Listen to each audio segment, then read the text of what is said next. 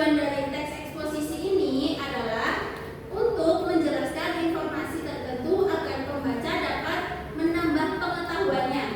Akan tetapi, teks eksposisi ini belum sampai mengajak pembaca untuk mempengaruhi. Jadi, pembacanya hanya mengetahui pengetahuan semata, bukan hanya untuk mempengaruhi dari isi teks tersebut. Nah, selanjutnya ada struktur teks eksposisi. Teks eksposisi dibangun oleh 3 unsur. Yang pertama, pernyataan pendapat atau tesis. Yang kedua, argumentasi. Yang ketiga, penegasan ulang pendapat. Coba ulangi Mbak Vika, apa aja unsur struktur teks eksposisi? Yang pertama, pernyataan pendapat atau tesis. Yang kedua, argumentasi. Dan yang ketiga, penegasan ulang pendapat. Oke, yang pertama ada pernyataan pendapat atau tesis. Pernyataan pendapat atau tesis merupakan bagian teks yang berisi pernyataan pendapat atau tesis yang menulis. Bagian ini juga biasa disebut sebagai bagian pembuka atau bagian awal pada teks. Pernyataan pendapat adalah suatu pernyataan yang berisikan gagasan ide, opini, pikiran, anggapan, ataupun argumentasi yang dikemukakan seseorang terhadap suatu peristiwa keadaan, kebenaran tanpa dipengaruhi oleh orang lain. Jadi teks tersebut berisi tentang pendapat diri sendiri, yaitu secara logis, kritis, ataupun gagasan ide yang dikemukakan oleh kita. Contohnya, misalnya kita akan membuat teks yang berjudul penghijauan atau reboisasi. Itu nanti kita menulis dengan ide pokok kita sendiri tanpa dipengaruhi oleh orang lain. Nah, untuk selanjutnya, struktur yang kedua ada argumentasi.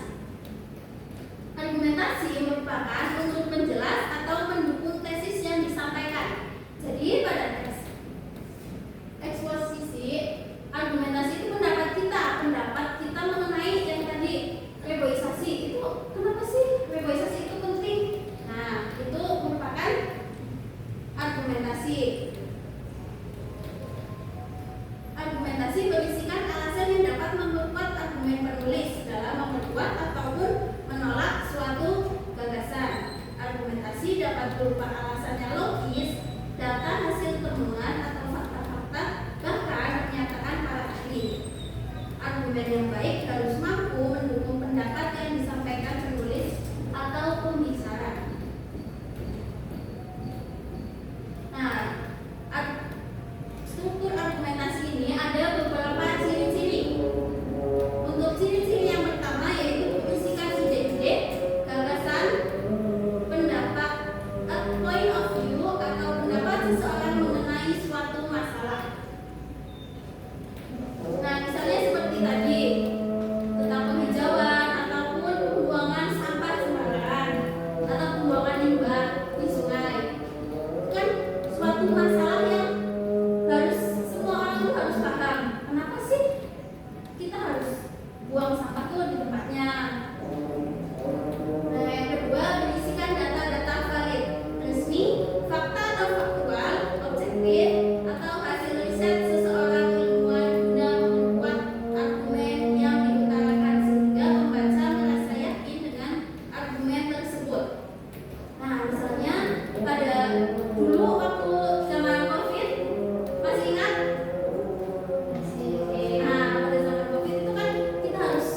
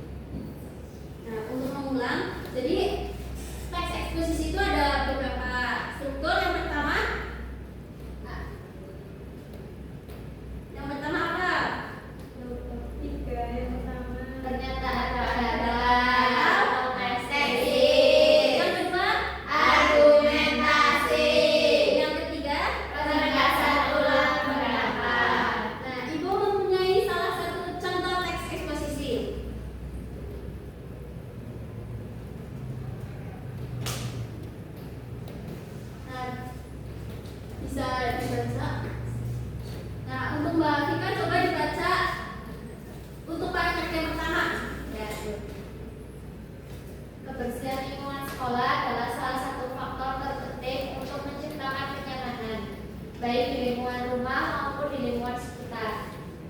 Setiap sekolah selalu mengajarkan anak didiknya untuk menjaga kebersihan lingkungan sekolah.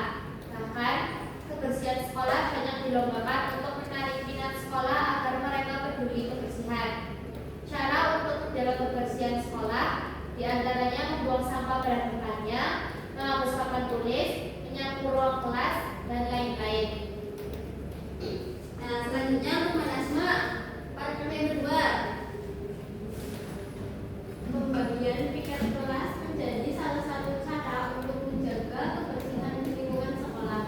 Petugas piket biasanya melakukan tugas membersihkan ruang kelas, seperti menyapu kelas, menghapus papan tulis, dan menyiapkan spidol atau papan tulis.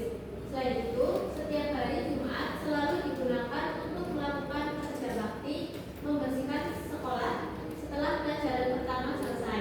Banyak manfaat yang diperoleh dari kegiatan Jumat bersih. Selain lingkungan sekolah bersih, hubungan murid dan guru juga bisa semakin akrab dengan adanya kerjasama. Nah, untuk para komentar terakhir, coba Mbak Nida tolong bacakan.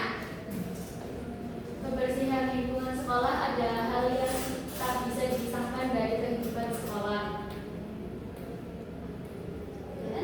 dan merupakan faktor yang sangat penting dalam meraih keberhasilan proses belajar mengajar. Kebersihan lingkungan sekolah